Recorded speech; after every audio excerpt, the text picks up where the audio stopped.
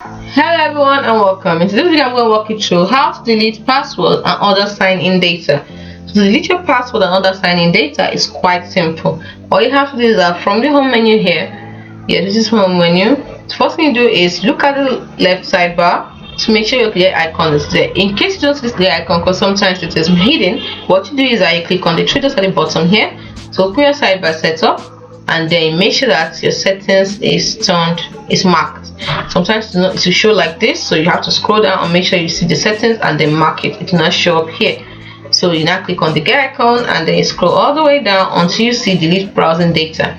Then you click on delete browsing data and you see basic, click on advanced, yes, and then you scroll down, you see password and other sign-in data, so you mark it.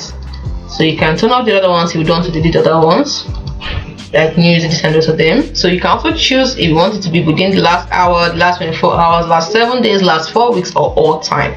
So after choosing it, then you click on delete data. It's as simple as that. Hope you found this video helpful. Do not forget to like and subscribe to the channel for more. Thanks.